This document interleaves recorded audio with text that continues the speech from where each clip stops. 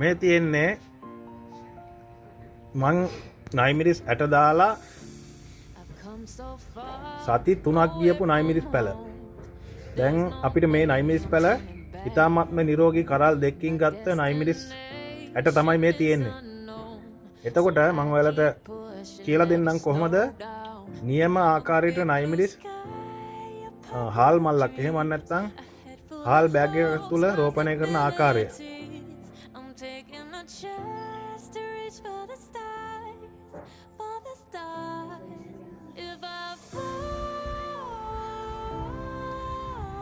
මං නයිමිරිස් පැල හාල් මල තුල ඉන්දන්ට අරන් තියෙනවා මේ මතු පිටපස් ඒ වගේම කොම්පෝස්ට් පොහොර.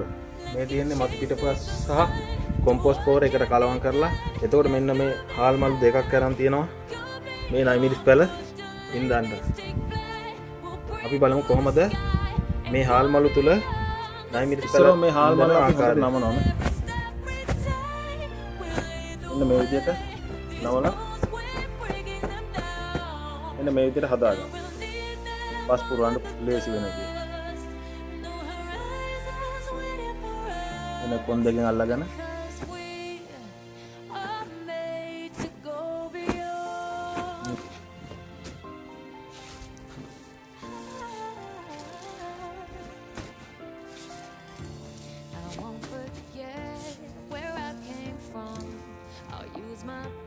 to build a future, keep moving forward, go beyond what they call impossible.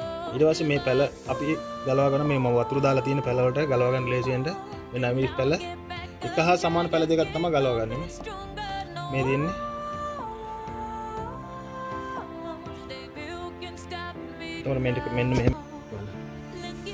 මෙන්න මෙහෙම මේ ඇඟිලි පුරුකක් තමයි යට හාරන්නේ. මේ ඇඟිලි පුරුකක් හාරලා මේ පැල හිමිට තියෙනවා කියලා හොඳට තද කරනවා. ඊට පස්සේ අනිත් එකත් ගන්නවා. ඊට පස්සේ මේ මෙතන තියෙන එක හා සමාන පැල දෙකක් තමයි ගන්න. ඒතකොට මේ පැල දෙක ගත්තා. මෙන්න මේ ඉන්දන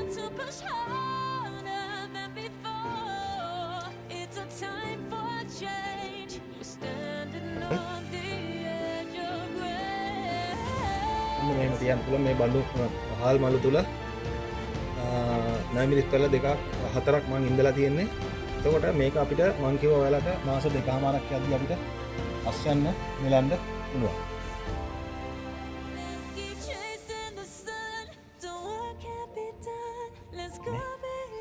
මේ නයිමිරිස් පැල දෙකට සති දෙකක් වෙනවා.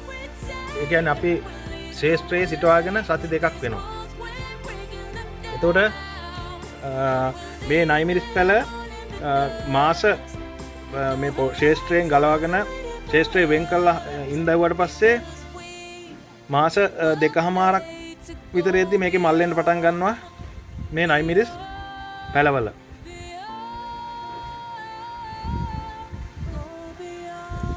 නේ මාස දෙකමාරක් යද්දී ඉතාමත් සාර්ථක ලෙස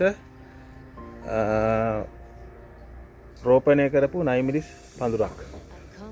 එතකොට මම ඔයාලට ඊළඟ සතිය කියලා දෙනවා තවත් මේ වගේ ගොඩම වටිනා වීඩියෝ එකක් කොහොමද නයිමිරිස් ඇට ලබා ගන්න ආකාරය.